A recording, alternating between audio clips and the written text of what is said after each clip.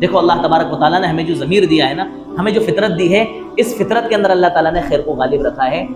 ہمیشہ جب کبھی ہم سے کوئی برائی سرزد ہوتی ہے، کوئی گناہ سرزد ہوتا ہے، کوئی خطا سرزد ہوتی ہے، کوئی غیر اخلاقی حرکت ہوتی ہے، کوئی گناہ کا کام ہوتا ہے، تو فوری طور پر ہمارا ضمیر، ہمارا دل ہمیں ملامت کرتا ہے کہ ہم نے یہ جو کیا ٹھیک نہیں کیا، یہ غلط نہیں کیا۔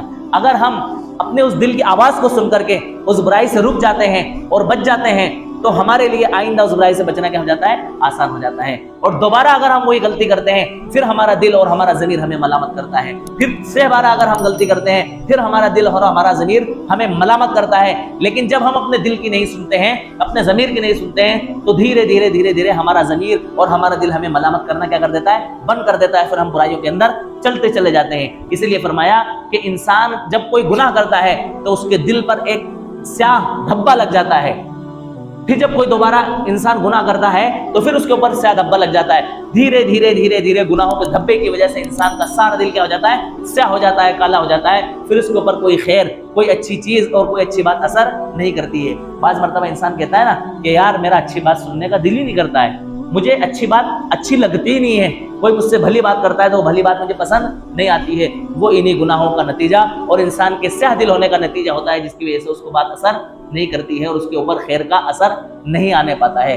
لہٰذا انسان اپنے آپ کو اچھا بنانے کی کوشش کرے، اچھا ثابت کرنے کی کوشش نہ کرے بلکہ اچھا بنانے کی کوشش کرے۔ ہمیں اپنے آپ کو اچھا بنا کے کس کو دکھانا ہے؟ اللہ تعالیٰ کو دکھانا ہے۔ ہم اچھے بنیں گے، ہمارا گھر اچھا بنے گا، ہمارے گھر کا ماحول اچھا بنے گا، ہمارا محلہ اچھا بنے گا، اور ہماری اچھائی کے اثرات ہمارے گھروں پر کیا ہوں گے؟ مرتب ہوں گے، اور خصوصاً ہماری اولاد پر ہماری نیکیوں کے اور ہماری اچھائیوں کے اثرات مرتب ہوں گے۔ اللہ تعالیٰ ہم سب کو عمل کی توفیق عطا فرمائے۔ وآخر دعوانا الحمد للہ رب العالمین۔